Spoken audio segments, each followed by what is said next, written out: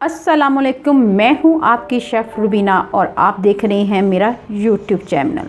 उम्मीद करती हूं अल्लाह के फ़ज़ल, करम और उसकी रहमत से सब बढ़िया होंगे और सब सेहत व तंदुरुस्त होंगे। तो व्यूवर्स, आज मैं आपके लिए आसान रेसिपी लेके आई हूं, वो भी रमज़ान स्पेशल में।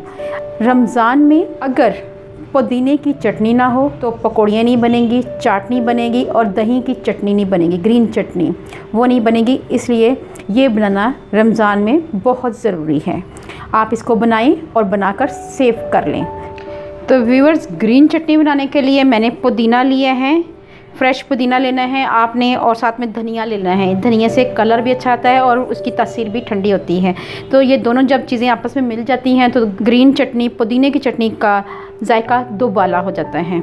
तो इसके साथ मैंने जो इंग्रेडिएंट ऐड करने हैं वो 1 चम्मच भर कर दड़ा मिर्च है, 1 चम्मच लेवल नमक है। नमक आप टेस्ट के मुताबिक कम या ज़्यादा कर सकते हैं। इसमें मैं लहसुन और अदरक का इस्तेमाल कर रही हूँ। 4-5 जवे लहसुन के हैं। 1 इंच का टुकड़ा अदरक का था, उसको मैंने बारीक काट लिया है। 5 से 6 हरी मिर्चें हैं, हाफ़ लेमन ऐड करूँगी। तो सबसे पहले मैंने ये करना है कि इसमें ऐड कर देने हैं पुदीना।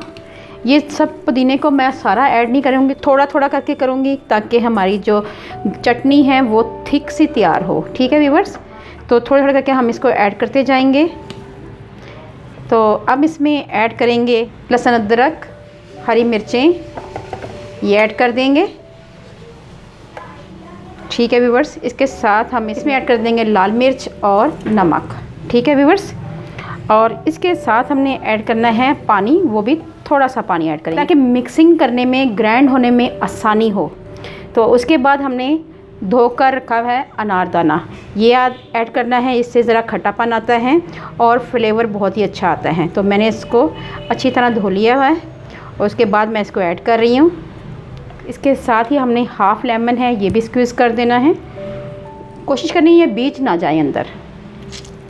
तो ये हमने कर लिया है। अब हम इसको ग्राइंड कर लेते हैं। जी हाँ व्यूअर्स, आप देख सकते हैं ये चटनी हमारी तैयार हो रही है।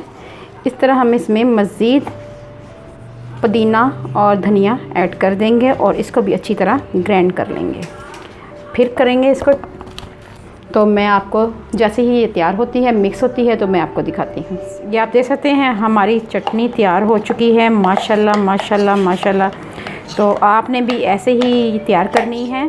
तो ये अगर आप तैयार कर लेंगे, आप इसका कलर देख सकते हैं, इसकी थिकनेस देख सकते हैं।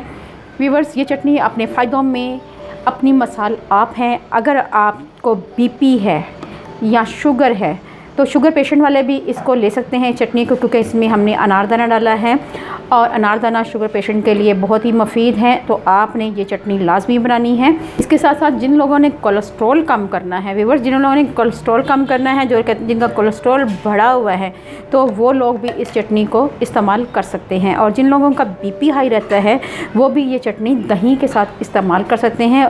लेकिन ये चटनी बनाई गई है रमज़ान स्पेशल में। तो रमज़ान स्पेशल में ये चटनी बनाएं दही भल्लों में, पकौड़ियों के साथ, चना चाट के साथ और रायते के तौर पे आप रोटी के साथ, चावल के साथ आप इसको किसी तरीके से भी ले सकते हैं। और इसको बनाएं और घर में लाजमी बना के रखा करें। और रमज़ान में बनाएं और बेशक फ्रीज़ कर लें, तो आपको सारे रमज़ान में बनाने की ज़रूरत पेश नहीं आएगी। तो व्यूअर्स, कैसी लगी आपको मेरी ये रेसिपी? अपना और अपने प्यारों का ख्याल रखें, दुआओं में मुझे याद रखें। अल्लाह हाफिज़।